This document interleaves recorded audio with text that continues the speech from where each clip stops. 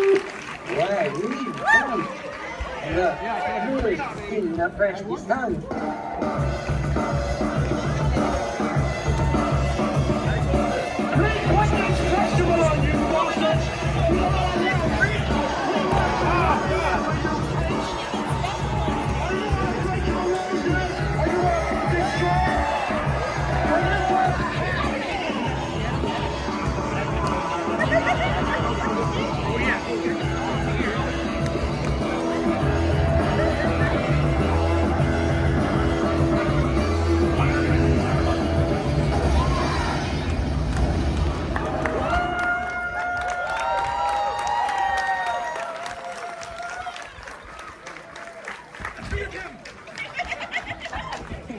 Good evening, Santa Monica. How are we doing today?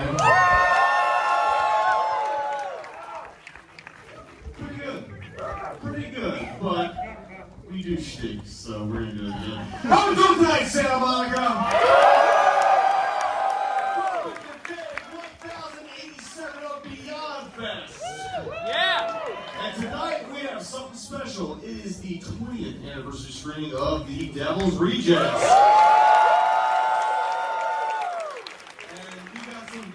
And I see a box of a bunch of shit I gotta throw at you, but before we get into that, I want to do some things. We gotta thank the staff of the Art Theater and all of our venues for the event. We gotta thank our main sponsor, Neon, who sponsors the whole fest and they all their shows over at Los Feliz Free, where I normally do my screenings for Cinematic Void. They're all free. They were all free. They just wrapped up this weekend.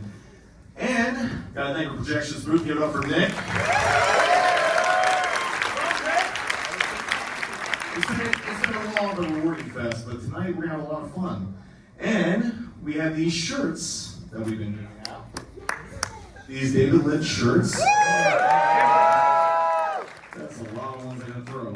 Also, I want to give a shout out to Ruck and Cotton, who sponsored the shirt for today.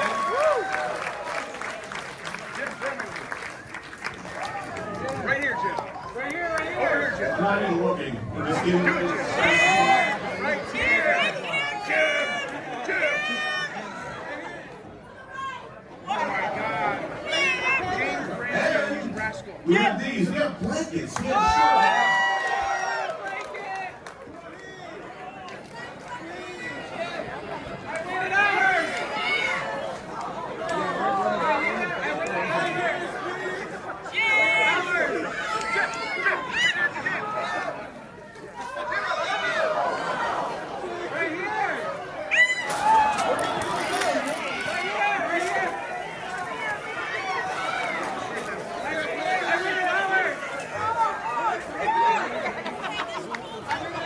Alright, I don't think there's any more shit that I can throw in there.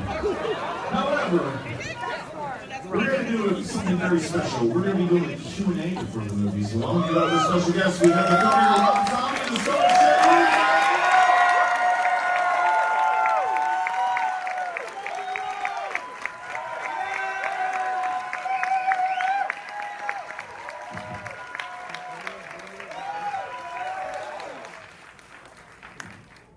You people sure like free blankets. They could have, I should have just handed them out. They're harder to throw, but Very aggressive.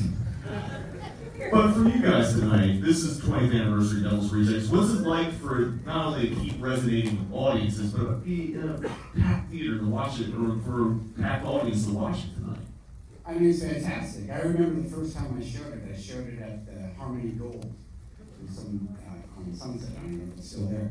And there was like a Q&A after, and so many of the questions were like people horrified, like, why would you make this movie? Who would watch such a movie? And then other people in the crowd loved it, and it started a whole argument between the crowd and themselves. So it's hilarious. So I guess the people liked it. So then up for you. I think it's pretty cool that, you know, we made a movie 20 years ago and people are still into it, and it's just special. It doesn't happen all the time.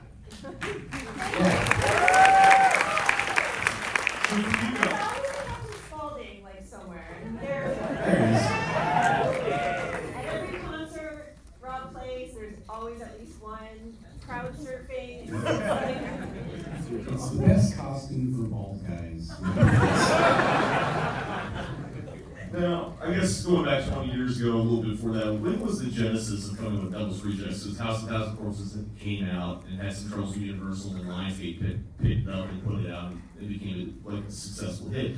At what point did you feel like, I have another movie I want to make with these characters? Well, I actually didn't. I don't remember. I mean, obviously I did at some point because we made it, but after Corpses went through its craziness of being dropped by Universal, then also being dropped by MGM soon after that. And it sat in the vault for almost 3 years.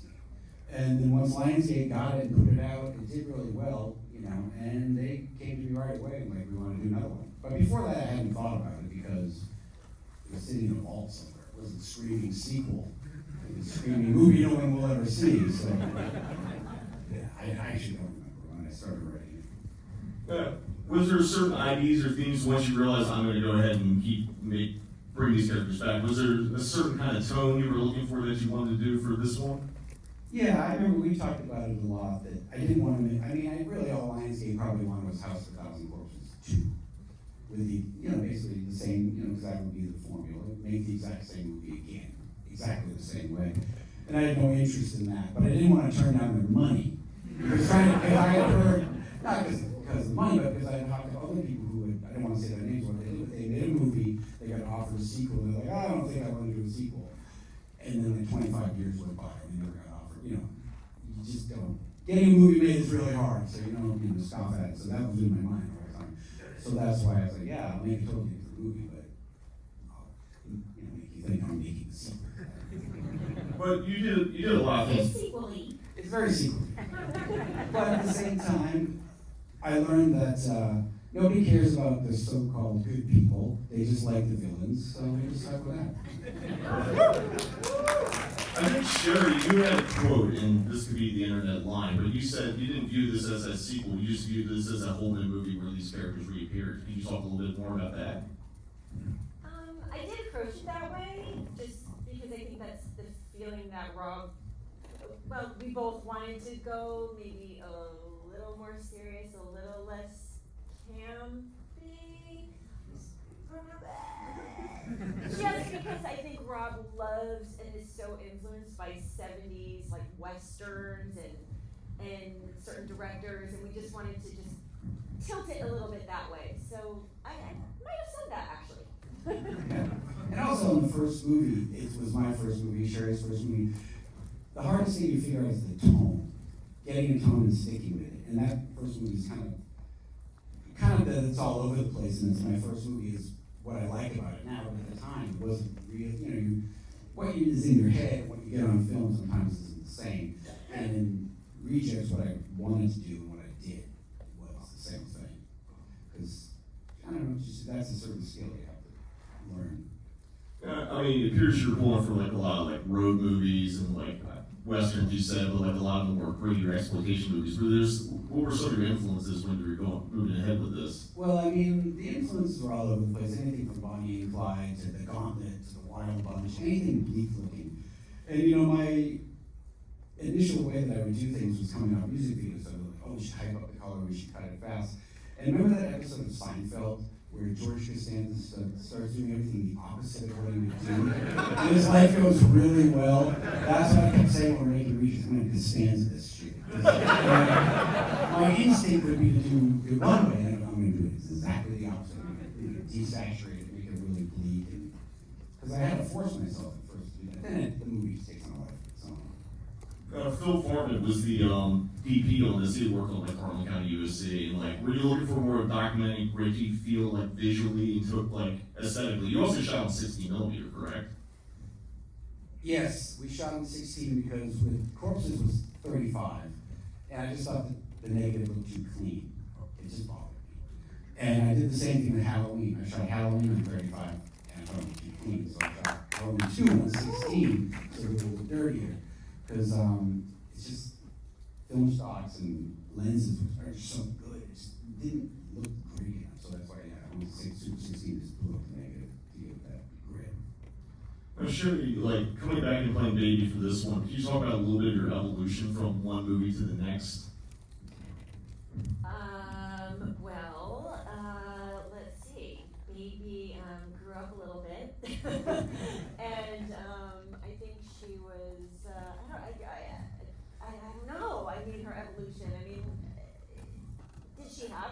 She was just a little older and maybe a little more cruel and sick and influenced by her family members, and I think she was just starting to find her own way into really like how she wanted to be a sicko. Yeah, and it's kind of funny because a lot of the characters didn't have any scenes together in the first movie.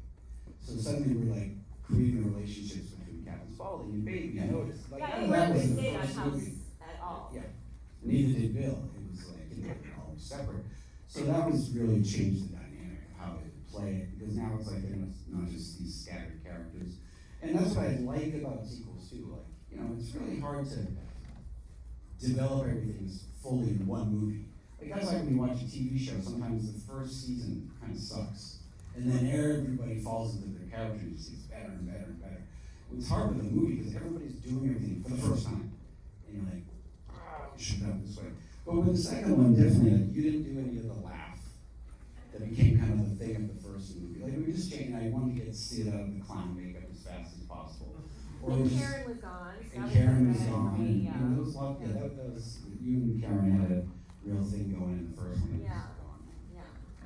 So yeah, it was like things. No. It's actually kind of hard to remember. It's fair. But I was gonna say, like, can you talk about like your working relationship? Because obviously you're married, but like as director to actor, like how does that relationship work? It Well, was very easy, yeah. actually. It came naturally, I think, just from working on music videos with you and just being on tour and kind of just always together. Yeah, always together. Maybe if we did it now, it might be more difficult. I mean, Rejects really was, I think, the best time we ever had on a movie. That was just one of those things where, for me anyway, that's the only movie that wasn't a struggle. And I don't mean with people, it's just like with the studio, with everything. Ever since then, it was always a huge problem in some way. It Not was- with us. No, that's what I'm saying, not with the actors, but I mean like with the studio, the different things, and, it was the only time where everything just was perfect. You're chasing that forever. Trying to make things perfect again is really hard. Then we went to the Halloween movies with like the Weinsteins, and I kept trying to explain they're insane. Now everyone understands what I'm talking about. They're insane. No, they're actually insane. And so those movies were a nightmare, but sometimes it does affect the product and sometimes it doesn't. But that Rejects was just like that perfect time period where they gave you, not crazy money, but enough money to do it right. Whereas And that's the just, freedom, like that you weren't watched over. right, like it was the difference between when I finished Rejects, I showed it to Lionsgate and they said, don't change anything.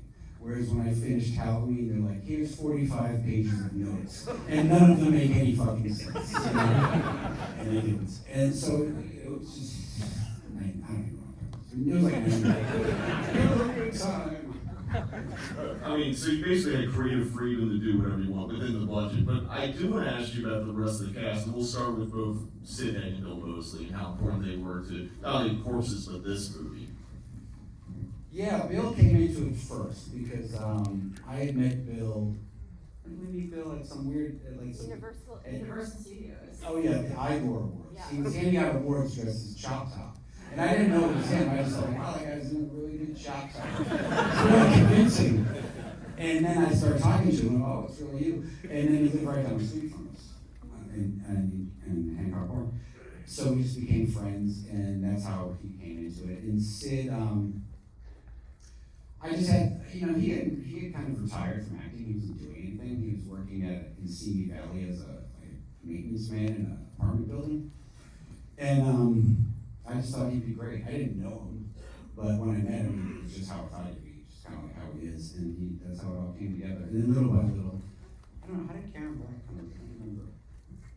I don't remember how it all came You about. have a great talent for picking women over 40. You do. You have a great eye. All of the women that you've ever, Judy Eason, Judy was great, Meg Patricia, Foster. Meg, Yeah. I mean, I mean, basically just, if I choose people I like it, not because I think they're popular, it's what the studio wants, it's never what the studio wants. It's just, they could have just made one movie no one ever heard of, but if I love it, I'm like, that's all I need to want to work with them. ask both of you about like the rest of the cast because you pull like various horror legends and genre icons and all that, and it's just basically people you like. Was there anyone you were specifically searching out, or would they just come in for the role and be like, oh, I just love this person? People like Ken Foray or and stuff like that. A little of both. Like Ken, I just reached out to, or the casting agency. I don't remember how we got in touch with him. I remember the day he showed up. We used to have the offices for rejects in the Larry Flint building down on Wilshire. And I remember when Ken came in. Ken cannot enter a room and somehow the room just feels like it's shaking. He's so big and he's so loud. I was like, oh, Ken's here, you know. And we got along great. He was super awesome. And whenever he showed up on set and you get into the trailer, literally, he's just bombastic. And I think there's the one scene in Rejects where Ken grabs you. He was not acting. No, He was- I'm like, not so hard. yeah, so. And as far as some of the other actors, like Jeffrey Lewis, I just love Jeffrey Lewis. Priscilla Barnes, I think she came in red. I didn't specifically go after her. And I remember a lot of people came in red. PJ Souls came in red for the Priscilla Barnes part. But I thought Priscilla was perfect, and that's why I used PJ for something else. Leslie Easterbrook came in red for the Priscilla Barnes part, because I thought it was going to be Karen, but then it got weird with Karen and she dropped out. And because everybody thought, oh, it's a sequel, there's so much money on it, now we can demand this crazy money. And I was like, there's no crazy money, trust me. But people thought, and I kept calling back, I go, I'm not fucking with you. I'm telling you the truth. If you say they're just going to pass. And that's what happened. It happened with a couple of people. I kept thinking it was going to be some giant check at the end of the rainbow. And it was half the budget of the first movie. So. But then there was like William Forsythe. You Well, yeah. really bonded with him over film and actors, and you guys had a lot in common. Yeah, he was my only choice for that. When I thought of him early on, I had just seen him in that movie, Things to Do in Denver When You're Dead, and I thought he'd be perfect. He was character in that movie, something like it. I just always thought he was such a great actor. Now, we should talk about the effects, because this movie is super violent, super gory. Like, when you're thinking about those, like, at least scripting it, like, are you just thinking extremes, or are you thinking what's going to fit with the characters, or just a combination of everything? I mean, I never think of it in terms of, like, what's going to be extreme. I just, if it makes sense for the scene, it makes sense. I mean, I never get bogged down with how do we top this, how do we do this, how do we make it bloodier. It's just if it makes sense, it makes sense. Because some of the stuff people talk about the most, like the scene in the motel, there's like really nothing. It's just sort of psychological torture. Right? Is there anything in that? Neither of us have seen this movie in a long time. Sheri longer. I think we watched it about 10 or 15 years ago because we did a screening like this in Australia. And I think that was the last time we watched it, so everyone else is... I'm getting it confused, like some of the actors with House and Rejects. I'm thinking right now as we're talking, when I was like, William, I'm like, William was in Rejects, right? Okay, who was in Justin and everything? They were in House. Yeah, and it's like, Yeah, it gets confusing. Yeah. Now, I know you had creative freedom on this one, but then can you talk about the deal with the MPAA and just having to, like, get things cut just because they wouldn't give you anything in general? Well, the MPAA was a huge fucking pain in the ass. Huge. We kept sending the movie back over and over and over, and eventually I was like, can I get on the phone with someone from the MPAA? They're like, no, they won't speak to anybody. And it was like, of course, every time you submit it, it costs money, it's just wasting money. And eventually I got someone on the phone, and they, of course, can't explain themselves in any way. They're like, it's just the tone of the whole movie. It's like saying you make a comedy, it's just too funny. Take out some jokes. And I was like, how do I cut the tone? It's not like there's too many gunshots, it's too bloody. It's like literally, well, it's just the tone. So, I don't think I've ever told anyone this before, it doesn't matter, but me and my editor, Glenn, we cut all the stuff out, submitted to the MPA, and we just put it back in the movie. And we kind of was like, I don't watch this again.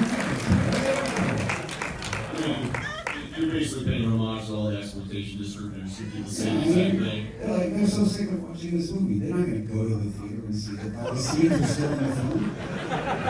Or at least I hope.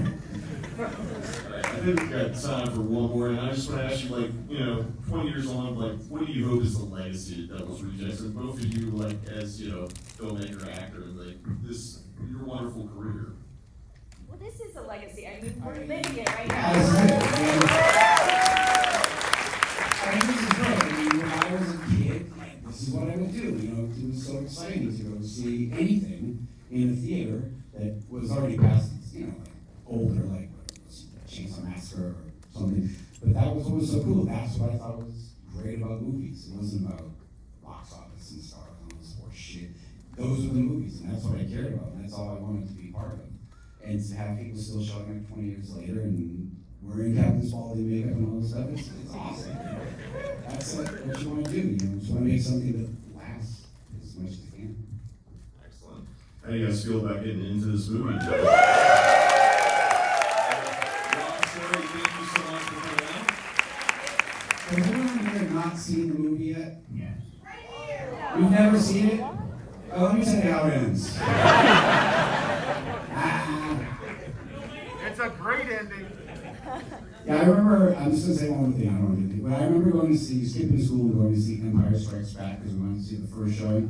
And as people were walking out, this guy yelled to all the people, like, Darth Vader is Luke's father! And the whole crowd standing up. I thought that was a dream. So I'm not going to do that to you. Thank you. Thank you.